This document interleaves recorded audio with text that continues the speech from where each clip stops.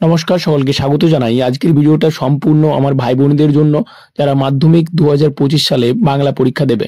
তো বাংলা পরীক্ষা দিতে গেলে যে বাংলা 90 নম্বরের পরীক্ষা, সেখানে কিন্তু 10 নম্বরে তোমাদের একটা বাংলা রচনা লিখতে হবে, যেটা কমন পাওয়া খুবই মুশকিল অথবা হতে পারে খুবই সহজ। তো সেক্ষেত্রে আমি 6টি বাংলা রচনা তোমাদের জন্য রেডি করেছি উত্তর সহ। তো এই 6টি রচনা যদি তোমরা পড়ে যেও, এখান থেকে একটি কমন পাবেই। আর তার জন্য পুরো ভিডিওটা শেষ পর্যন্ত দেখতে হবে। তো ভিডিওটা শেষ পর্যন্ত দেখো। আর এই 6টি রচনার যেসব উত্তরগুলো আমি এখানে দিয়েছি, সেই উত্তরগুলো খাতার মধ্যে নোট করো এবং আমি কি বলছি সেটা বোঝো ভালো করে। আর কোনো প্রবলেম থাকলে কমেন্ট করো। বাংলা রচনার কথা বলবো আর বাংলা নববর্ষের কথা বলবো না, এমনটা হয় না। সেই জন্য তোমাদের বাংলা সাজেশনের যে বাংলা রচনার সাজেশন, সেখানে কিন্তু 1 নম্বরে থাকছে বাংলা নববর্ষ। তো বাংলা নববর্ষ যদি রচনা পড়ে তাহলে লিখতে কি হবে? প্রথমেই লিখতে হবে বাংলা নববর্ষের গুরুত্ব, ঐতিহ্য এবং উদযাপন। অর্থাৎ এই যে আমাদের পয়লা বৈশাখ, যেটাকে আমরা বাংলা নববর্ষ বলি, এই বাংলা ভাষায় যতজন মানুষ কথা বলে তাদের জন্য সেই দিনটা খুব গুরুত্বপূর্ণ। তো সেই দিনটার গুরুত্ব, সেই দিনটার ঐতিহ্য কি এবং কিভাবে উদযাপন করা হয়, সেই সমস্তটা কিন্তু তোমাকে প্রথমে লিখতে হবে প্রথম ধাপে।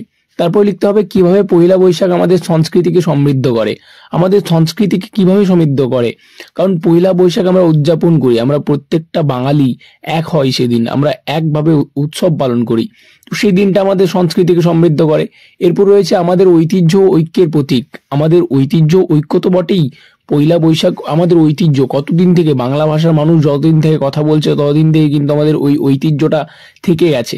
তাহলে বাংলা নববর্ষ পড়লে, বুঝতে পারলে, এই ধাপে ধাপে তোমাকে কিন্তু লিখতে হবে। এটা মাথায় থাকবে, নোট করে নাও এই টপিকগুলো, পরে কাজে দেবে। বাংলা রচনার 2 নম্বর সাজেশনে রেখেছি পরিবেশ দূষণ, কারণ এটা বারবার পড়ে। এটা 2015-তে পড়েছিল, 2019-এ পড়েছে, এভাবে পড়ে এটা।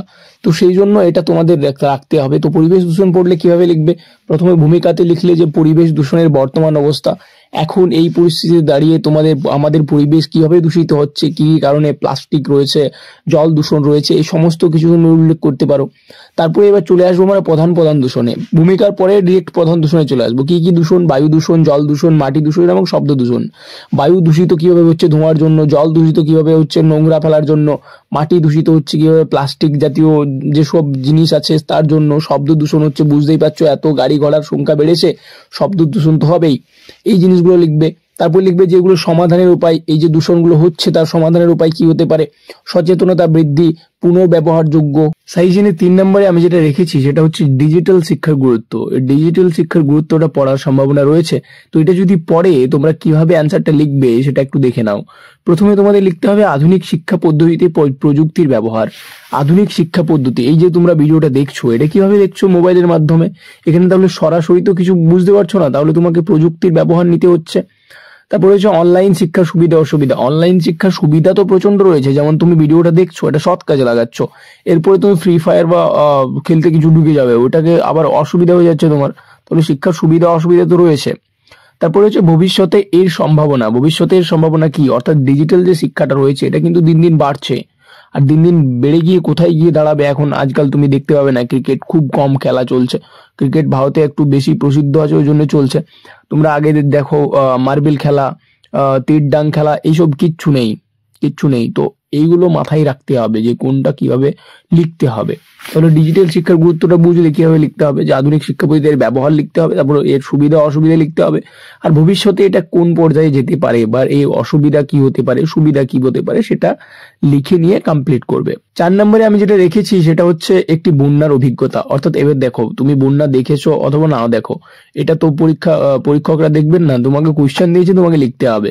তাহলে একটি বন্যার অভিজ্ঞতা যদি দেয়, তুমি বানিয়ে লিখতে পারো। তো কি ধরনের বানাবে তুমি না দেখলে? লিখবে তুমি বন্যার সময়কার পরিস্থিতি এবং দুর্ভোগ। তুমি মাথার মধ্যে ভেবে নিলেই একটা বন্যা হয়েছে, সেখানে বন্যার পরিস্থিতি কি হবে? যে আশপাশের ঘর বাড়ি ভেঙে যাবে, ওখানের মানুষজন খিদের জ্বালায় শহরে গিয়ে জুটবে। বন্যার পর পুনর্বাসন ও পুনর্গঠন, এবং বন্যা থেমে গেলে ওখানের মানুষজন আবার আসবে, কিভাবে আবার ঘর বাড়ি বানাবে, আবার কিভাবে করবে। এটা কিভাবে এই অভিজ্ঞতা জীবন সম্পর্কে শিক্ষা দেয়, কিভাবে অভিজ্ঞতা দেয় যে প্রকৃতি যদি চায় জীবন শেষ করতে পারে। বুঝলে ব্যাপারটা, যে বন্যার অভিজ্ঞতা তোমাকে মাথার মধ্যে একটা প্ল্যানিং করে লিখতে হবে। একটা ফিল্ম যেমন বানায় একজন ডিরেক্টর, ওইভাবে কিন্তু বানিয়ে তোমাকে লিখতে হবে। এতটা তো অভিজ্ঞতা থাকাটা জরুরি আছে। তো এই ব্যাপারটা নিয়ে ভালো করে লিখবে। আর 5 নম্বরে যেটা আমি রেখেছি সেটা হচ্ছে খেলাধুলার গুরুত্ব, এটাও পড়ার কিন্তু সম্ভাবনা আছে। তো এইগুলো একটু দেখে যাও, আমি তো বলবো 6টা একটু একটু করে দেখে যাও, 6টার মধ্যে পড়ার একটা পড়ার সম্ভাবনা রয়েছে, তো একটা পড়লে তো একটা করতেই হবে। তো খেলাধুলার গুরুত্ব কি, সুস্থ জীবনের জন্য খেলাধুলার প্রয়োজনীয়তা আছে, অফকোর্স আছে। খেলাধুলা করলে কি হয়, মন এবং শরীর দুটোই সুস্থ থাকে। খেলাধুলা যখন তুমি করবে দেখবে অন্য চিন্তা কিচ্ছু মাথার মধ্যে আসছে না। তুমি ফুটবল খেলো, তোমার খুব প্রেশার হচ্ছে, তুমি ফুটবল খেলে দাও, বাস ঠিক হয়ে যাবে। ততক্ষণ পর্যন্ত তুমি ভালো থাকবে, শরীর ভালো থাকবে। তারপরে হচ্ছে বিভিন্ন খেলার মধ্যে ঐক্যবদ্ধতার বার্তা। ক্রিকেট খেলবে 11 জন খেলতে হবে, ফুটবল খেলবে 11 জন খেলতে হবে। 11 জনের মধ্যে এক যে ভালো মানে এক যে চিন্তা ভাবনাটা থাকবে তারাই কিন্তু জিতবে। অস্ট্রেলিয়া টিম ক্রিকেটে এতটা কেন ডমিনেট করে রাখে, কারণ তারা 11 জনের একই ধাঁচের লোক। তারা যখন গরম হয় একসাথে হয়, যখন ঠান্ডা থাকে একসাথে থাকে। তারপরে যে শিক্ষার্থীদের জন্য খেলাধুলার গুরুত্ব, শিক্ষার্থীদের জন্য খেলাধুলা তো অবশ্যই গুরুত্বপূর্ণ, কারণ তাদের মাইন্ডকে শক্ত রাখার জন্য, তাদের মনকে ধরে রাখার জন্য, এক জায়গায় ধরে রাখার জন্য তাদের খেলাধুলা রয়েছে, তার শরীর চর্চা রয়েছে, এই সব কিছুর গুরুত্ব রয়েছে। তাহলে খেলাধুলার গুরুত্ব অপরিসীম, এটা কিন্তু তোমরা সকলেই জানো। তো এইভাবে লেখাগুলোকে লিখবে পুরো। এবং শেষ সাজেশন বা 6 নম্বরে যেটা রয়েছে সেটা হচ্ছে স্বাধীনতা সংগ্রামীদের প্রতি শ্রদ্ধাঞ্জলি। এটা আমি নিজের থেকে দিয়েছি, হতে পারে এই ধরনের কোয়েশ্চেন পড়ে বা এই সেশনটা পড়তেও পারে, এটা কিন্তু এমন কিন্তু নয় যে পড়বে না, পড়তেও পারে।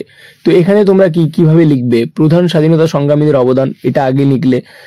তার প্রধানদের মধ্যে কারা কারা রয়েছে, প্রধানদের মধ্যে রয়েছে সুভাষচন্দ্র বসু, মহাত্মা গান্ধী, এই সব মানুষরা যারা রয়েছে, তাদের থেকে প্রাপ্ত শিক্ষা, তাদের কাছ থেকে তোমার কি শেখা দরকার, যে তাদের যে কাজ, সেই কাজ থেকে তুমি কি শিখতে পারো, এটা মাথায় রাখবে। তারপরে আমাদের দায়িত্ব কি, ওনারা তো স্বাধীন করে গেছেন, আমাদের দায়িত্ব হচ্ছে সৎভাবে বাঁচা, অন্যের প্রতি অন্যায় না করা, অন্যের প্রতি অবিচার না করা, এটাই আমাদের দায়িত্ব। এইগুলো গুছিয়ে গুছিয়ে একদম সুন্দর করে সাজিয়ে গুছিয়ে একদম নোটটা করবে। 10-এ যেমন 8 বা 9 নম্বর ছাড় দিতে বাধ্য হন, এত সুন্দরভাবে লিখবে। হাতের লেখাটা হচ্ছে মেন, তো হাতের লেখাটা বারবার প্র্যাকটিস করো। হাতের লেখা খুব সুন্দরভাবে একটু একটু গ্যাপ দিয়ে দিয়ে লিখো, একটু গ্যাপ দিয়ে দিয়ে লিখলে আরো ভালো হয়। গ্যাপ দিয়ে দিয়ে লিখলে হয় কি, পাতাটা তো তোমার নয়, পাতাটা তো সরকার দিচ্ছে, তো গ্যাপ দিয়ে দিয়ে লিখলে দেখতে সুবিধা হয়। আর দেখতে সুবিধা হলে পড়তে সুবিধা হবে, পড়তে সুবিধা হলে নাম্বার ভালো পাবে। আর তোমাদের তো নাম্বারটা দরকার, সোজা stick to the point. Number দরকার, তো নাম্বার দরকারের জন্য যত কিছু করতে হয় আমি করব। তাহলে এটা মাথায় থাকবে। তাহলে 6 নম্বর সাজেশনস কমপ্লিট হলো। এবার ধরো এই 6টার মধ্যে কোনো রচনায় পড়লো না, হতেও পারে আমি ভগবান নয় বা আমি কোয়েশ্চেন তৈরি করছি না, 6টার মধ্যে পড়লো না, কিভাবে লিখবে? তাও লেখার জন্য এই ব্যাপারটা আমি লিখেছি, রচনার উপাদান প্রস্তুত করার টিপস। ধরো ভূমিকা লিখলে, যে কোনো রচনা পড়ুক, ধরো বিজ্ঞান এবং ওই যেটা রয়েছে ওটা যদি পড়ে, বিজ্ঞান বিষয়ক কোনো রচনা, সেখানে ভূমিকাদের বিষয় সম্পর্কে প্রাথমিক ধারণা, বিজ্ঞান সম্বন্ধে তোমার বিজ্ঞান ও কুসংস্কার সম্বন্ধে যে প্রাথমিক ধারণা রয়েছে সেটা লিখলে। বিজ্ঞান কি এবং কুসংস্কার কি, মূল আলোচনা রয়েছে। এবারে চলে আসবে মূল আলোচনা। মূল আলোচনা হচ্ছে বিষয়টির বিভিন্ন দিক বিশ্লেষণ। মূল আলোচনার মধ্যে আছে বিজ্ঞান এবং কুসংস্কার নিয়ে সমস্তটা লিখতে হবে। তারপরে ডিরেক্ট চলে আসবে উপসংহারে। উপসংহারে বিষয়টির সারাংশ এবং একটি সুন্দর বার্তা।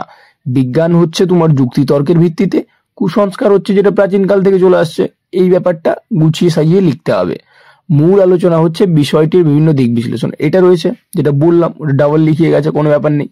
তাহলে রচনা যে ধরনেরই পড়ুক, তুমি দেখবে কোনটা হার্ড। আমি তো বলবো যেটা সব থেকে বেশি শক্ত, তোমার যেটা মনে হবে যেটা কেউ করবে না, ওইটাই তুমি করবে, আর খুব সুন্দর করে করবে, নাম্বার বেশি পাবে। সবাই যেটা করছে সেটা করলে নাম্বার কম পাবে, স্বাভাবিক। সবাইকে একই ধাঁচের নাম্বার দিয়ে দেবে, 5 5 5 5 5 5 নাম্বার দিতে থাকবে। তাহলে করবে তুমি কোনটা, যেটা সব থেকে শক্ত, যেটা তোমার কাছে শক্ত মনে হচ্ছে সেটা করবে। লিখবে একটু, করবে শক্ত। চলো, যদি ভিডিওটা হেল্পফুল মনে হয় তাহলে একটা সাবস্ক্রাইব করবে আর একটা লাইক আর কমেন্ট তো করবেই, ওটা মাস্ট কমেন্ট করবে অসুবিধা থাকলে। Bye bye.